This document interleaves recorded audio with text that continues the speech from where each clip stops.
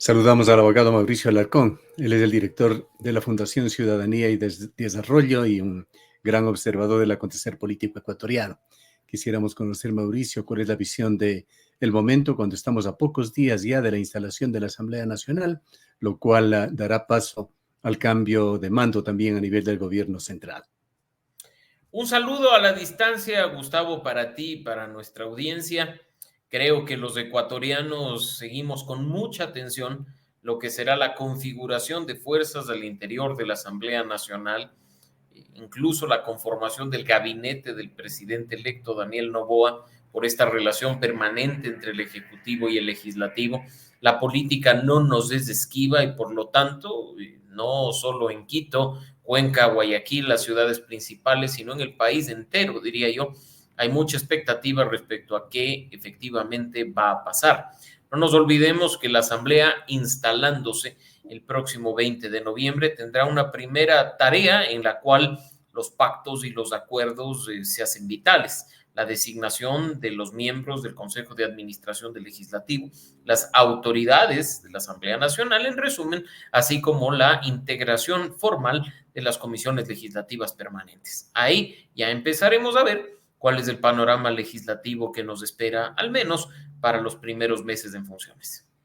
¿Qué sabes y qué se sabe sobre la composición de bloques, la eventual integración de una mayoría? Y para esto tendríamos que partir del conocimiento o por lo menos de las suposiciones de qué está pasando en el correísmo.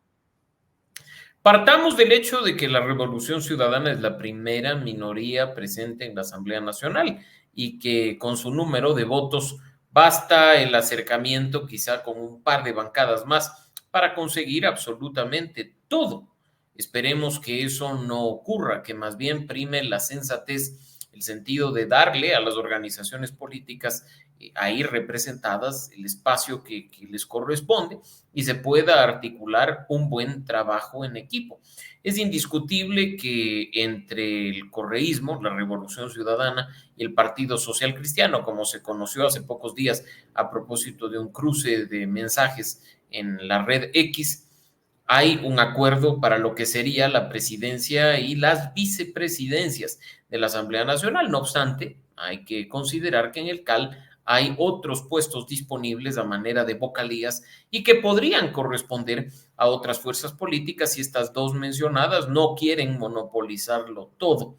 En ese sentido, pues, además de las bancadas que por número de legisladores ya están constituidas, me refiero, por supuesto, a la Revolución Ciudadana, al Partido Social Cristiano, a Construye y a la Alianza Democrática Nacional, ADN, del presidente electo Daniel Noboa, se sumarían otras bancadas que se están configurando con aquellos asambleístas que han quedado sueltos. Me refiero a, por ejemplo, el Grupo Actuemos, que es una alianza que trabajó por la candidatura de Otto Sonnenhorstner y a la que le bastarían muy pocos integrantes para constituirse formalmente como bancada, así como aquella que hemos conocido está formando el expresidente de la República, Lucio Gutiérrez, quien llegó prácticamente solo con un asambleísta provincial, además de él, pero que dice que está agrupando fuerzas suficientes para tener incluso un grupo de aproximadamente 20 legisladores. Lo cierto, Gustavo, es que será el 20 de noviembre el día en que veamos cómo efectivamente queda configurada en cuanto a grupos, bancadas, bloques, la Asamblea Nacional.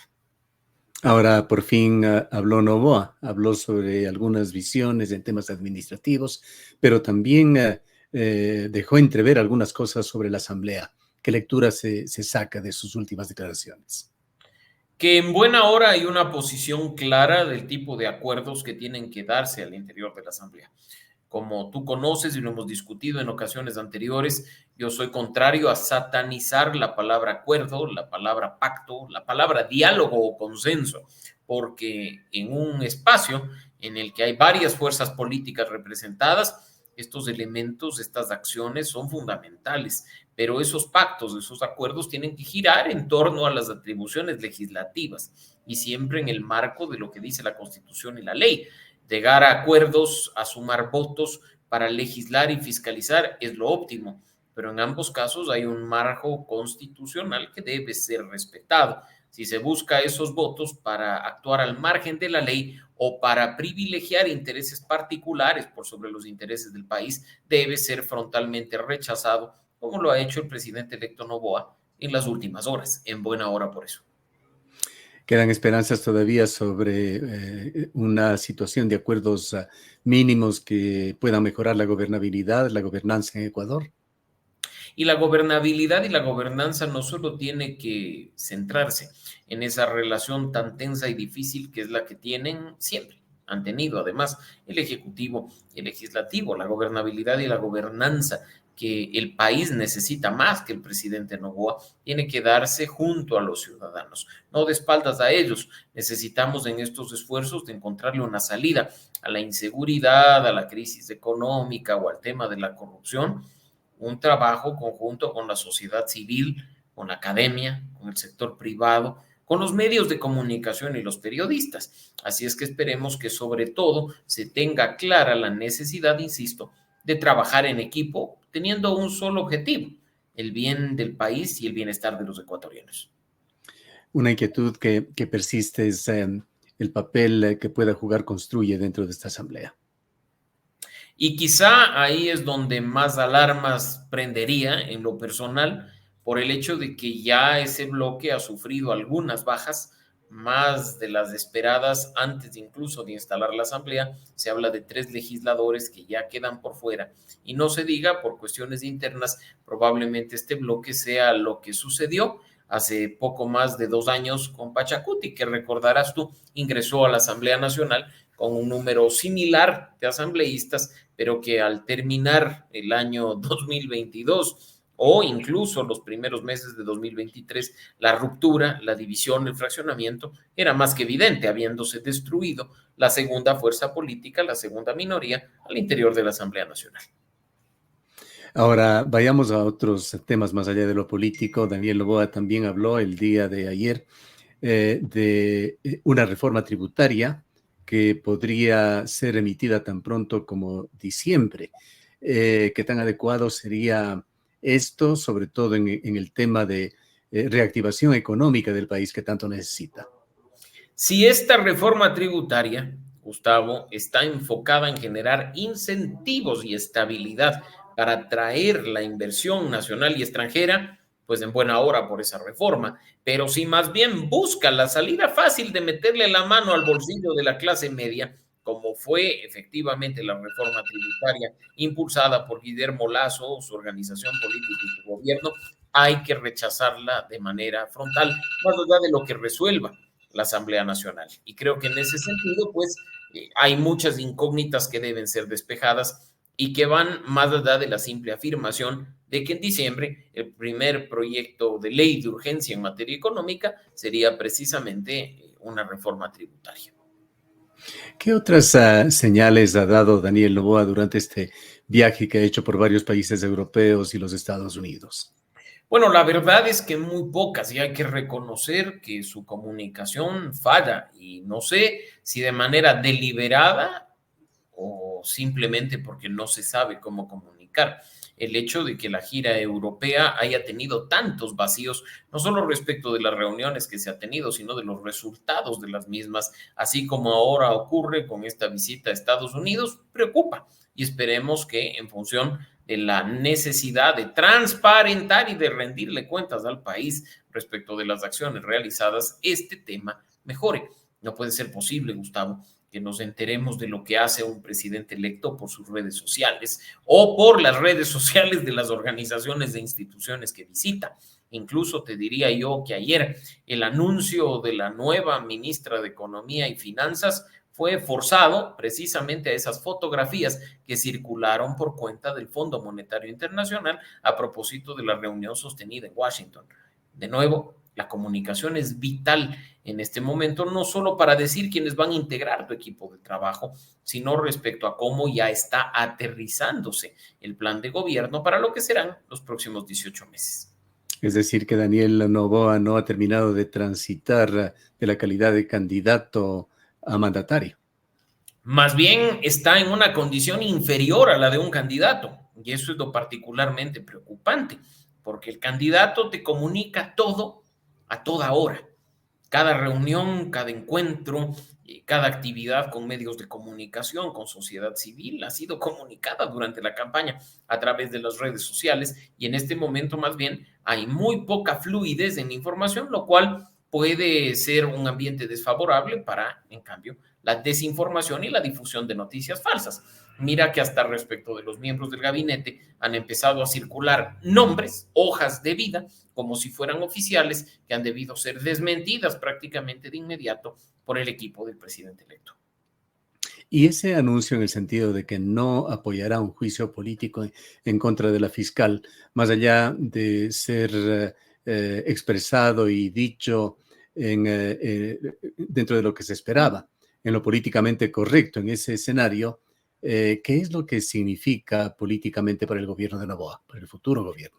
Creo que significa que se respetará la independencia de las funciones del Estado, su autonomía en cuanto a las instituciones y se trabajará para que no se meta mano ni de la justicia, ni de la transparencia, ni de los órganos de control. Esperemos que así sea. Ese anuncio, que incluso lo acabamos de decir hace pocos minutos, de no avalar con tu voto, con el de tu bancada, el de tu bloque, una decisión que está por demás fuera de la Constitución y de la ley, es muy valioso en momentos en que la ciudadanía está preparada para decepcionarse de todos, diría yo, por la satisfacción que buscan de sus intereses y de esas hambres particulares, en lugar de velar por el fortalecimiento institucional y de la democracia. Así es que ojalá eso no pase de ser un intento de aquellos que buscan impunidad a través del legislativo y más bien crezcan, se fortalezcan y triunfen aquellos que están dispuestos, aunque con disgustos y con rabias, a sostener a las instituciones por sobre las personas. Volviendo a la Asamblea, Mauricio, ¿se ve posible todavía ese acuerdo Partido Social Cristiano con la Revolución Ciudadana, luego de todo lo que se han dicho? Sin duda, y el silencio de la Revolución Ciudadana, no solo a propósito de este cruce de mensajes entre Rafael Correa y Henry Kronfle, sino con posterioridad a aquellos incidentes que se produjeron respecto del asambleísta Ferdinand Álvarez, el ex vicepresidente Jorge Glass y otras personas, creo que preocupa también porque parecería ser que a la interna hay alguna situación que hasta les impide pronunciarse. Ojalá esto no tenga que ver con ningún aspecto vinculado, ya lo dije, a la búsqueda de impunidad o a la protección al estilo de espíritu de cuerpo de aquellos que delinquen abusando de su condición de autoridades o de exautoridades y simplemente dentro de algunos días conozcamos una posición oficial, pues es importante que una fuerza política tan representativa como la Revolución Ciudadana hable de frente y hable claro con los ecuatorianos. Finalicemos, Mauricio, con esa declaración también de Daniel Noboa, rompiendo un poco ese armisticio, esa posición de no demostrar beligerancia, el pedido que ha hecho la Fiscalía para hacer una pericia por las declaraciones de Luisa González. Como tú sabes, Gustavo, soy un defensor a rajatabla de la libertad de expresión. Creo que en época electoral, en época de campaña, este discurso debe tener la mayor fluidez posible para que sea la ciudadanía la que saque sus propias decisiones, sus propias conclusiones a partir de esa información y datos que se presentan, pero es responsabilidad de los candidatos presentar esa información y esos datos con sustento, que no sean simplemente afirmaciones antojadizas dadas a un medio de comunicación con la clara intención de dañar a una candidatura, porque ahí es cuando se activan esas responsabilidades ulteriores que incluso en la vía de lo judicial lamentablemente terminan aplicándose, ¿no? No creo en la criminalización de la expresión, pero tú sabes que aún nuestro Código Orgánico Integral Penal mantiene algunas figuras vigentes al respecto y pues en ese sentido haber declarado vínculos de Daniel Noboa y sus empresas con el narcotráfico y el crimen organizado en este momento podría pasarle una factura un poco alta a la señora González. Ese pedido de acto urgente ante la Fiscalía puede ser el inicio, efectivamente, de un proceso penal. Bien, muchas gracias por habernos acompañado. Siempre un gusto, Gustavo, a la orden y esperemos en las próximas semanas analizar contigo lo que será la instalación formal de la Asamblea y el inicio formal de la presidencia de Daniel Noboa. Gracias nuevamente. El abogado Mauricio Alarcón es el director de la Fundación Ciudadanía y Desarrollo.